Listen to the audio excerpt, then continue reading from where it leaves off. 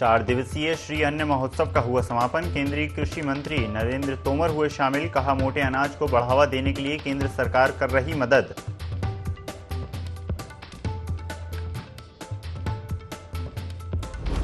देहरादून दौरे पर केंद्रीय कृषि मंत्री नरेंद्र सिंह तोमर। मुख्यमंत्री पुष्कर सिंह धामी से की मुलाकात। कृषि से जुड़े कई मुद्दों पर हुई चर्चा।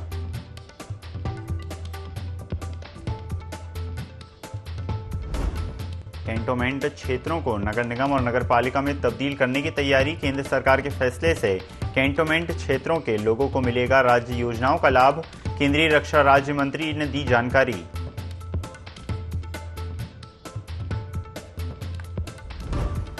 हरिद्वार में यूपी से लगी सीमा पर पुलिस और बदमाशों के बीच मुठभेड़। फायरिंग में 2 को लगी गोली। बदमाशों की धरपकड़ का अभियान जारी।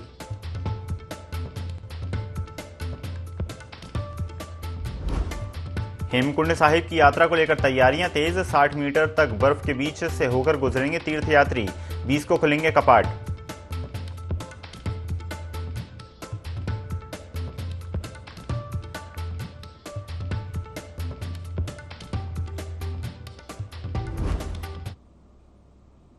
नमस्कार, स्वागत है आपका IND 24 में। मैं हूं आपके साथ ईसा अहमद और इस वक्त की बड़ी खबर आपको बता दें, जहां देहरादून में केंद्रीय कृषि मंत्री ने की है सीएम धामी से मुलाकात। कृषि क्षेत्र में किए जा रहे कार्यों को तोमर ने सराहा है। उत्तराखंड में कृषकों के हित में हो रहा है बेहतर काम, ऐसा कहना है केंद्रीय कृषि मंत्री नरेंद्र सिंह तोमर का। बागवानी के क्षेत्र में उत्तराखंड आगे बढ़ रहा है। बागवानी में इतिहास बनाया जाएगा। धामी के नेतृत्व में संपूर्ण उत्तराखंड का विकास हो रहा है। श्री अन्न की महत्ता को धामी सरकार ने देश को समझाया है, ऐसा कहना है केंद्रीय मंत्री तोमर का। मिलेट उत्पादन में अग्रणी है उत्तराखंड। उत्तराखंड की और उत्तराखंड सरकार की तारीफ की है केंद्रीय मंत्री ने। ऐसा कहना है केंद्रीय मंत्री का कि उत्तराखंड में विकास कार्य हुए हैं। कृषि क्षेत्र में कई विकास कार्य हुए हैं। बागवानी में इतिहास बनाएगा उत्तराखंड। धामी के नेतृत्व में संपूर्ण उत्तराखंड का विकास हुआ है। श्री अन्न की महत्ता को धामी सरकार ने देश को समझाया है। कृषि समेत अनेक राज्य और देश के मुद्दों पर दोनों के बीच चर्चा हुई। सीएम पुष्कर सिंह धामी ने केंद्रीय मंत्री नरेंद्र सिंह तोमर का पुष्पगुच्छ देकर स्वागत किया। प्रतीक चिन्ह भी भेंट किया। दोनों में काफी वक्त तक देश और राज्य से जुड़े मुद्दों पर चर्चा हुई। पुष्कर सिंह धामी ने शॉल पहनाकर केंद्रीय मंत्री का स्वागत किया। पौधा और साथ ही साथ प्रतीक चिन्ह भी भेंट किया सीएम धामी ने। कृषि क्षेत्र में किए जा रहे कार्यों को सराहा है तोमर ने। उत्तराखंड में कृषकों के हित में हो रहा है बेहतर काम। बागवानी के क्षेत्रों में उत्तराखंड आगे बढ़ रहा है, ऐसा कहना है केंद्रीय मंत्री तोमर का। बागवानी में इतिहास बनाएगा उत्तराखंड। साथ ही साथ धामी के नेतृत्व में संपूर्ण उत्तराखंड का विकास हुआ है, ऐसा कहना है केंद्रीय मंत्री तोमर का।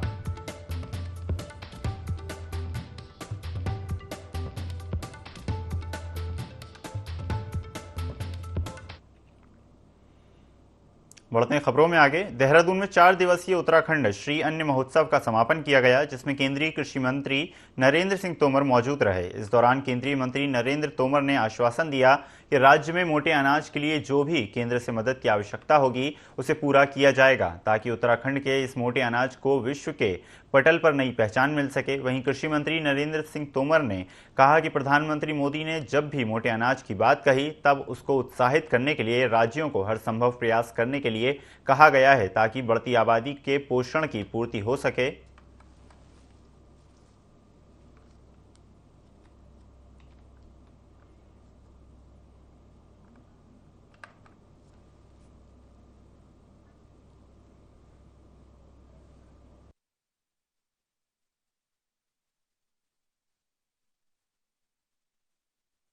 उत्तराखंड राज्य ने आज श्री अन्न महोत्सव का 4 दिवसीय आयोजन किया है।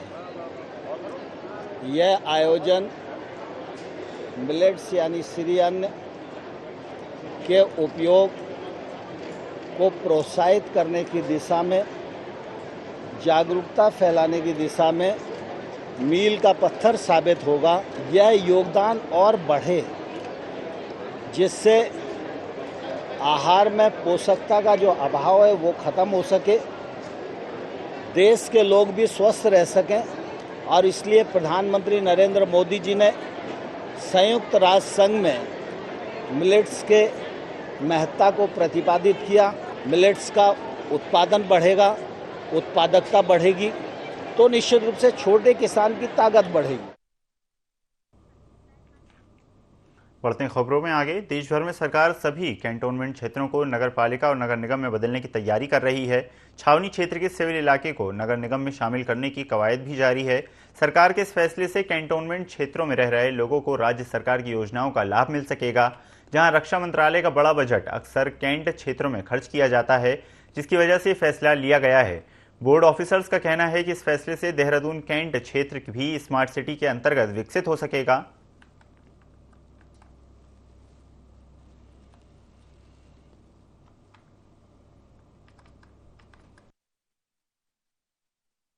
हमारे पार्षद होते हैं, वो पार्षद अपना काम कर रहे हैं। बाकी जो डिमांड आ रही है पूरे देश से कि हमें नगर पालिका बनाइए, तो सिविल एरिया को नगर पालिका बनाने के लिए हमने कहा भी है, पब्लिक डोमेन में भी आ गया है कि हम वो ज़मीन को फ्री दे देंगे, उसकी सड़कें फ्री दे देंगे, उसके भवन फ्री दे देंगे।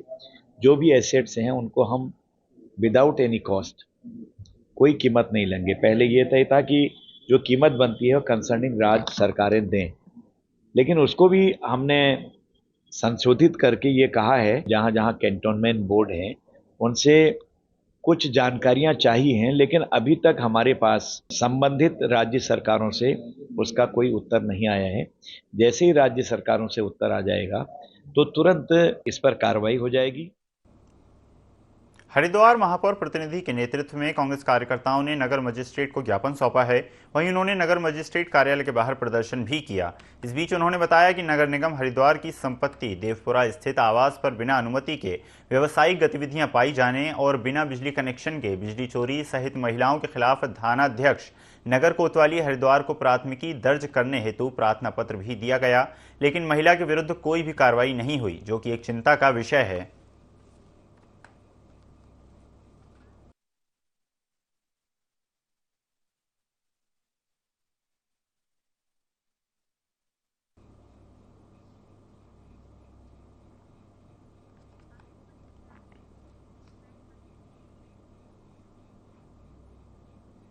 उत्तरकाशी में चारधाम यात्रा अपने चरम पर है, जिसको लेकर पुलिस भी पूरी तरह मुस्तैद है।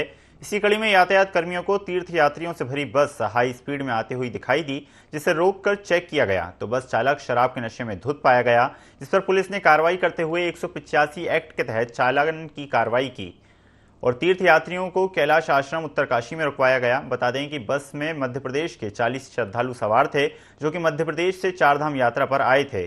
वहीं सभी श्रद्धालुओं ने यातायात कर्मियों की सक्रियता की प्रशंसा करते हुए पुलिस कर्मियों को आभार प्रकट किया।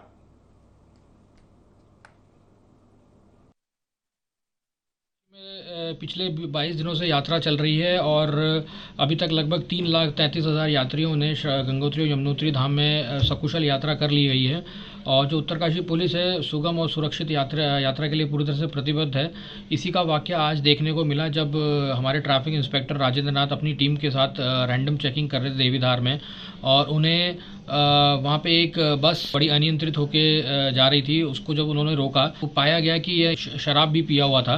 उसके तुरंत हमने उस चालक को पुलिसकर्मियों ने पकड़ा और उसको 185 एमवी एक्ट में गिरफ्तार करके कोतवाली उत्तरकाशी ले जाया गया। इससे ये देखने को मिलता है कि जो उत्तरकाशी पुलिस है बहुत ज़्यादा सतर्क है और हमारे ट्रैफिक इंस्पेक्टर की सूझबूझ से 40 यात्रियों जिनकी जान आगे खतरे में पड़ सकती थी, इस तरह से हादसे को हमने टाला। हल्द्वानी में मेडिकल कॉलेज में असिस्टेंट प्रोफेसर को नियुक्ति पत्र सौंपने के लिए कार्यक्रम का आयोजन किया गया, जिसमें बतौर मुख्य अतिथि शिक्षा एवं स्वास्थ्य मंत्री धन सिंह रावत मौजूद रहे, जिन्होंने डॉक्टर्स को नियुक्ति पत्र सौंपे और कहा कि स्वास्थ्य व्यवस्था को मजबूत करने के लिए डॉक्टरों की कमी दूर की जा रही है। इसके अलावा 2025 तक मेडिकल के कई क्षेत्रों में नियुक्ति की जाएगी। वहीं मुख्यमंत्री धामी मेडिकल कॉलेज में 25 करोड़ की लागत से तैयार किए गए ऑडिटोरियम का उद्घाटन करेंगे।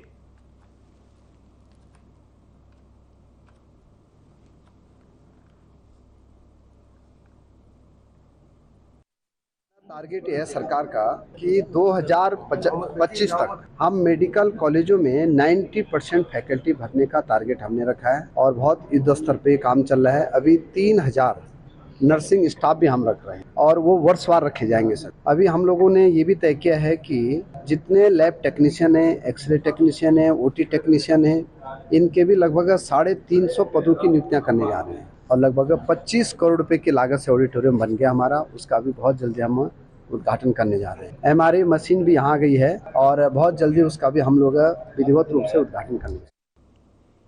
उत्तराखंड और सहारनपुर के समीपवर्ती गांव में पुलिस और बदमाशों के बीच मुठभेड़ हुई। बदमाशों का सफाया करने के लिए पुलिस का अभियान जारी है। पुलिस को बदमाशों के वारदात की सूचना मिली थी। मुठभेड़ में चली गोलीबारी में एक बदमाश घायल हुआ, वहीं दूसरे को भी कॉम्बिंग में गोली लगी है। मौके पर आला अधिकारी रवाना हुए हैं।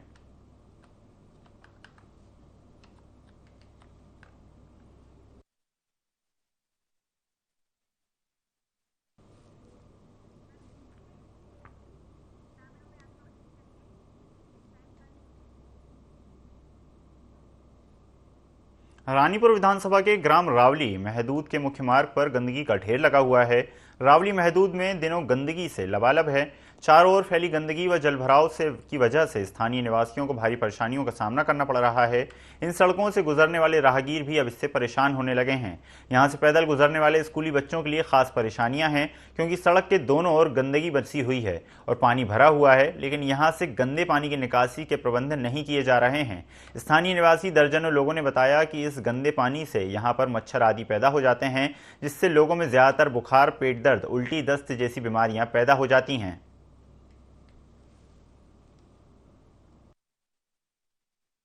टाइम हो गया, कम से कम करीबन 3-4 महीने हो गए, कोई उठा ही नहीं रहा इसको। ये दूर कहाँ पे होएगी ये भाई जी, ये इसमें पुलिया में थोड़ा घूम है ना, तो निकल नहीं पा रहा पानी, इसमें पास नहीं हो पा रहा पानी। ये पुलिया जब लोग टूटेगी नहीं तब लोग ठीक नहीं हो पाएगी, नहीं कचरा निकल पाएगा इसका, नहीं कोई नहीं आता भाई जी। ना 1 महीने पहले मैंने सफाई कराई थी, वहाँ पे लगातार सफाई कराई थी, और उस सफाई होने के बावजूद लगातार जो गंदगी करने का काम करती है वहाँ की जनता करती है। उस जनता को समझना चाहिए, घर घर से जब कूड़ा एकत्रित किया जाता है, हमारे गांव के अंदर घर घर से कूड़ा लेने की व्यवस्था की गई, जो उत्तराखंड के अंदर नंबर 1 पे इस गांव के अंदर है। तो जो किराएदार लोग हैं, मकान मालिकों को अपने किराएदारों को समझाना चाहिए कि जो कूड़ा है वो बाहर ना फेंके। आते जाते राहगीर जो साइकिल से किराएदार जाते हैं, साइकिल पे कूड़ा हाथ में ले लिया, अरे ऐसे फेंक दिया, ये गलत व्यवस्था है। तो ये मकान मालिकों को समझाना पड़ेगा। इसके लिए आम जनता को और जो यहाँ पे लोग निवास करते हैं उनको खुद जागरूक होना पड़ेगा।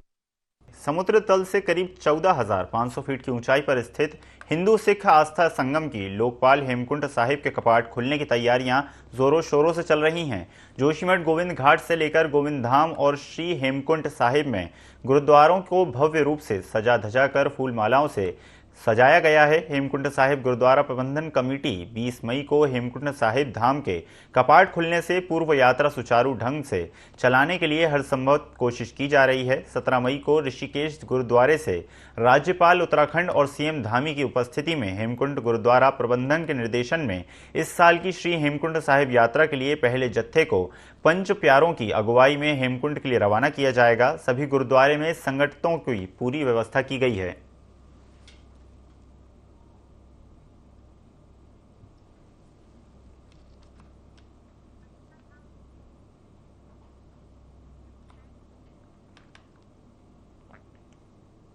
परमार्थ निकेतन के परमाध्यक्ष स्वामी चिन्नानंद सरस्वती महाराज ने भगवान बद्रीनाथ के दर्शन किए। मंदिर समिति प्रभारी ने उन्हें अंग वस्त्र प्रसाद भेंट किया। वहीं बीकेटीसी मीडिया प्रभारी हरीश गौड़ ने बताया कि बद्रीनाथ धाम में यात्रा सुचारू रूप से जारी है। श्रद्धालुओं को दर्शन करने में किसी भी तरह की दिक्कत न आए, इसके लिए बीकेटीसी पूरी तरह प्रतिबद्ध है।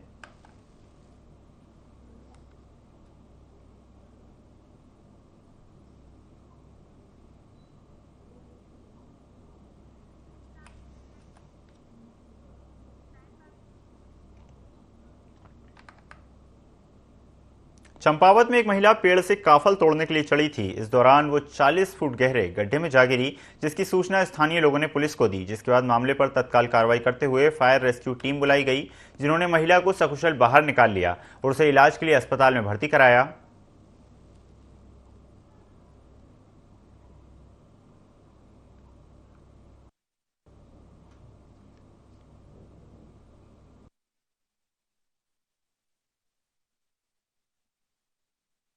बरदोली में एक महिला थी, तो वो काफल तोड़ने पेड़ पे चढ़ी थी, तो उसका पैर फिसल गया, तो पैर फिसलने से वो गिर गई 40 फीट नीचे गहरे गड्ढे में।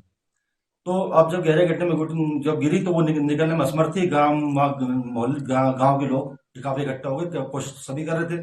जब हमारे पास सूचना मिली तो हमारी टीम तुरंत पहुंची, और तुरंत पहुंचने पर जो हमारे जो रेस्क्यू उपकरण होते हैं उसके द्वारा उस औरत को निकाला गया, महिला की जान बचाई, जिसमें उसका पैर फ्रैक्चर हो गया था, और पैर फ्रैक्चर होने पर 108 की मदद से उनको हॉस्पिटल तुरंत रवाना किया गया। उत्तराखंड में समान नागरिकता कानून लागू करने के लिए मुख्यमंत्री पुष्कर सिंह धामी पूरी तरह से एक्टिव मोड में नजर आ रहे हैं और 30 जून तक सरकार के पास कमेटी ड्राफ्ट भी आ जाएगा। यूसीसी को लेकर बीजेपी और कांग्रेस आमने सामने नजर आ रही हैं। वहीं एक तरफ कांग्रेस के प्रदेश अध्यक्ष करण माहरा ने कहा कि सरकार अपनी नाकामियों को छिपाने के लिए यूसीसी का सहारा ले रही है। प्रदेश में ऐसे कई मुद्दे हैं जिन पर सरकार को ध्यान देना चाहिए। वहीं दूसरी तरफ बीजेपी प्रदेश प्रवक्ता वीरेंद्र बिष्ट ने कहा कि कांग्रेस प्रदेश के विकास में रोड़ा बन रही है। कभी कांग्रेस यूसीसी का समर्थन करती है तो कभी विरोध। कांग्रेस को खुद पता नहीं सरकार के निर्णय से आम जनता को कितना लाभ पहुंचेगा।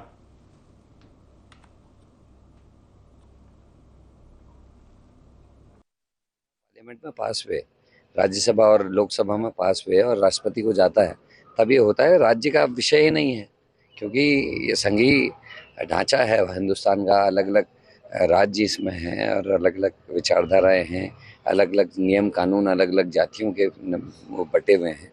तो इसमें ये संघ का विषय है और संविधान में इसके लिए प्रदत्त धाराएं हैं, उसका अनुपालन होना जरूरी है। ये तो केवल और केवल अपनी नाकामी से लोगों का ध्यान भटकाने की एक कोशिश मात्र ये है। समान नागरिक संहिता को लागू करने के लिए भारतीय जनता पार्टी की सरकार ने और हमारे मुख्यमंत्री ने चुनाव में जनता से वादा किया था कि हम सरकार में आएंगे तो समान नागरिक संहिता लागू करेंगे। चर्चा के उपरांत, सेमिनार वर्कशॉप के उपरांत, सभी जो सुझाव आए हैं उसके उपरांत सरकार ने ये निर्णय लिया है और अब उसका ड्राफ्ट तैयार हो रहा है। 31 जून तक वो तैयार हो जाएगा। हमारा कमिटमेंट है, हम संविधान के अनुसार जो व्यवस्था है समान नागरिक संहिता लागू की, हम उस व्यवस्था को लागू करेंगे। कांग्रेस के मित्र कभी इसकी प्रशंसा करते हैं, कभी इसकी आलोचना करते हैं। उन्हें स्वयं ये नहीं मालूम कि समान नागरिक संहिता लागू करने से प्रदेश और देश में सभी लोगों को एक समान धर्मनिरपेक्षता के आधार पर न्याय मिलेगा, उसकी प्रशंसा करनी चाहिए। 30 मई को 9 साल पूरे हो रहे हैं। इस उपलक्ष्य में बीजेपी देश भर में 30 मई से 30 जून तक महासंपर्क अभियान चलाने जा रही है। इस संबंध में बीजेपी प्रदेश मीडिया प्रभारी मनवीर सिंह चौहान ने बताया कि मोदी सरकार के इस 9 साल के कार्यकाल के दौरान जो ऐतिहासिक काम हुए हैं उनको जन जन तक पहुंचाने का काम इस संपर्क अभियान के माध्यम से किया जाएगा, जिसमें देश भर में पार्टी के 16 लाख कार्यकर्ता करोड़ों लोगों से संपर्क स्थापित कर मोदी सरकार की उपलब्धियों को बताने का कार्य करेंगे।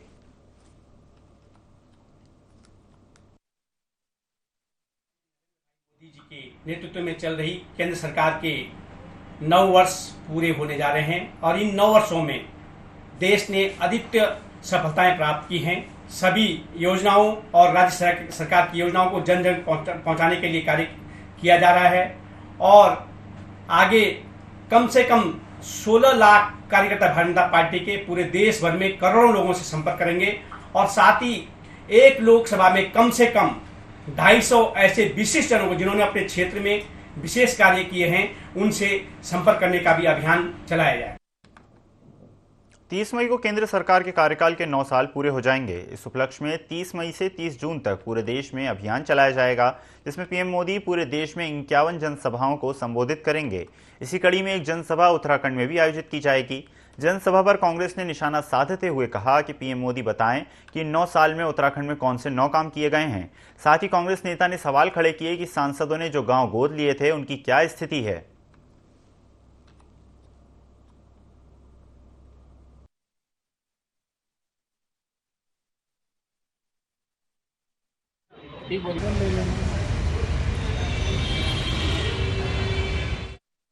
तो लेकिन हमारा कहना ये है कि कम से कम जिन सांसदों ने जो गांव गोद लिए थे, उपलब्धि जहां तक भाजपा बताने की बात कर रही है, तो केवल ये तो बता दे कि क्या वो गांव लिए हुए, गोद लिए हुए गांव अभी गोद में ही बैठे हैं या चलने फिरने लायक भी हो गए हैं। कम से कम भाजपा के सांसदों को या भारतीय जनता पार्टी को इस बात को स्पष्ट करना चाहिए। इन्होंने कहा था विधायक भी गोद लेंगे गांव, वो गांव कहाँ खोए हैं, वो मिले कि नहीं मिले वो गांव, उनको भी ज़रा ढूंढ लें, उनको भी बता दें। और दूसरी बात कि वे 9 साल की 9 उपलब्धि बता दें हमारे लिए, वो क्या नया काम उन्होंने किया। जितने भी काम यहाँ हो रहे हैं वो सारे काम यूपीए की सरकार में हो रहे हैं। यमुना मसूरी पंपिंग पेयजल योजना का कार्य पूरा हो चुका है। उत्तराखंड पेयजल निगम ने इस परियोजना का सफल परीक्षण किया, जिसके बाद यमुना से पानी की सप्लाई शुरू हो गई। वहीं योजना के सफल परीक्षण होने से अधिकारियों में खासा उत्साह देखने को मिला। बता दें कि 144 करोड़ रुपए की लागत से निर्मित इस परियोजना का लाभ मसूरी वासियों को 2052 के तक मिल सकेगा, जिससे अब मसूरी में पानी की किल्लत नहीं होगी।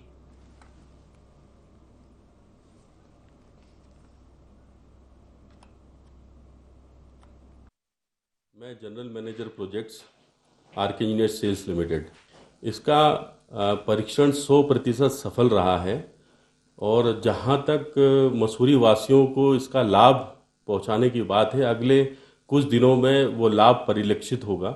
हम लोग जो है हर घर को पानी देने में सक्षम होंगे। पानी की व्यवस्था को बनाए रखना अगले 30-35 साल तक, ये जो स्कीम हमने बनाई है, ये अगले 2052 या 56 तक हम लोगों ने डिजाइन ईयर किया है। हर एक घर में, हर एक नल में ये पानी निर्बाध तरीके से जाएगा। हम इसके लिए प्रतिबद्ध हैं और कटिबद्ध।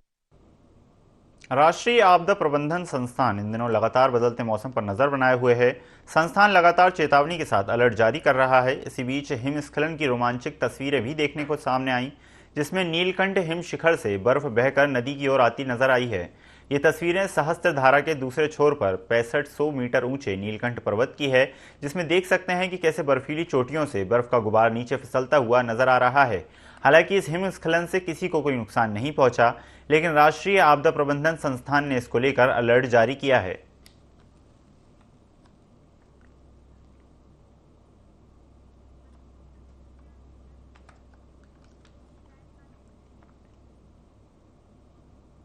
कांग्रेस प्रदेश अध्यक्ष करण माहरा ने मुख्यमंत्री पुष्कर सिंह धामी को किसानों के मुद्दों को लेकर पत्र लिखा। उन्होंने कहा कि प्रदेश में गन्ना किसानों का भुगतान अभी तक सरकार ने नहीं किया है और न ही अभी तक फसलों का सार्थक मूल्य तय किया गया है। साथ ही असमय बरसात और ओलावृष्टि से खराब हुई फसलों पर सरकार ने कोई ठोस कदम नहीं उठाया है। वहीं करण माहरा ने सरकार पर तंज कसते हुए कहा कि किसानों की आय दुगनी करने की बात करने वाली सरकार संवेदनहीन है और सरकार को किसान के नुकसान से कोई मतलब नहीं है। अगर 1 महीने के भीतर इन तमाम किसानों के मुद्दों पर कार्रवाई नहीं होती है तो कांग्रेस उत्तराखंड के समस्त जिलों में सरकार को घेरने का काम करेगी। फ्रूटफुल रिजल्ट्स निकले और किसानों का बकाया भुगतान हो जाए और समर्थन मूल्य में कुछ बढ़ोतरी हो तो हम फिर और भी चीज़ें हैं, जैसे बारिश में असमय बरसात से लोगों की गेहूं की फसल खराब हुई है, ओलावृष्टि से नुकसान हुआ है। इस सरकार ने 1 भी रुपया किसानों के मुआवजे की बात नहीं की। किसानों की आय दुगनी करने की बात करने वाली सरकार इतनी संवेदनहीन है कि उनको किसानों का नुकसान का कोई मतलब ही नहीं तो और सरकारें होती अभी तक मुआवजा घोषित हो चुका होता गेहूं का और अन्य चीज़ों का। सुशासन की बात करते हैं, इनके मंत्री सड़कों में लोगों को पीट रहे हैं, तो सब यही चल रहा है, अंधेर नगरी चौपट राजा है। इस बुलेटिन में फिलहाल इतना ही। खबरों का सिलसिला लगातार जारी है, देखते रहिए IND 24। नमस्कार।